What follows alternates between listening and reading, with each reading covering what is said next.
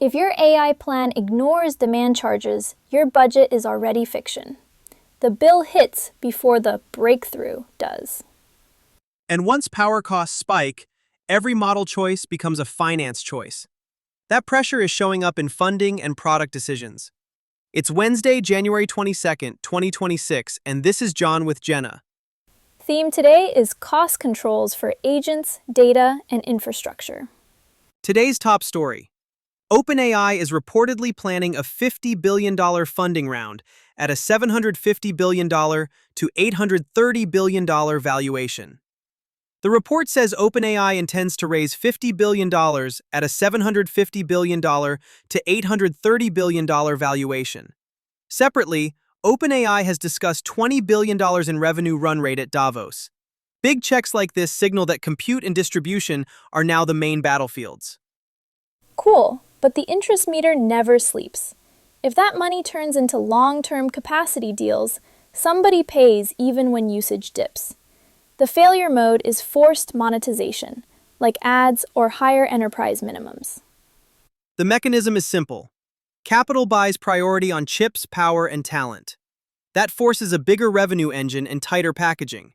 Mitigate by contracting for outcomes, not hype, with exit clauses on usage. Operator move.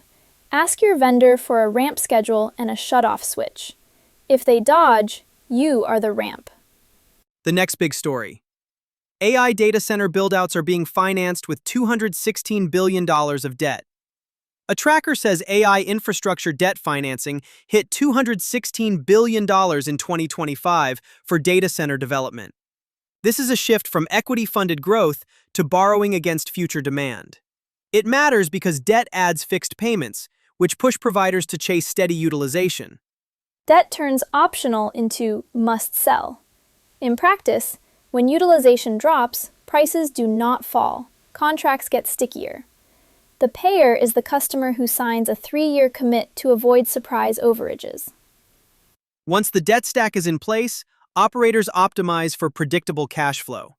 That means reserved capacity and penalties become normal. Mitigation is splitting workloads across providers and keeping a smaller fallback model. Treat AI capacity like a lease, not a credit card. If you cannot walk away, negotiate like it is real estate. Final story. eBay updated its user agreement to ban AI Buy For Me agents.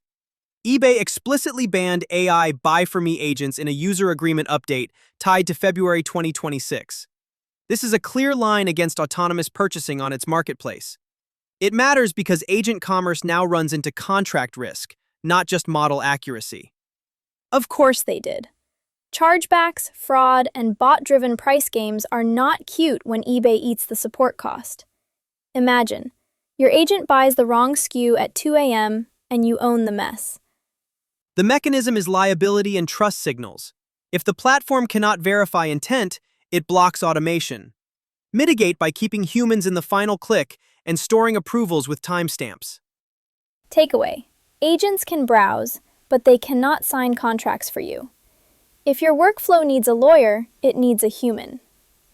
What is your one-line policy for agent spend this week?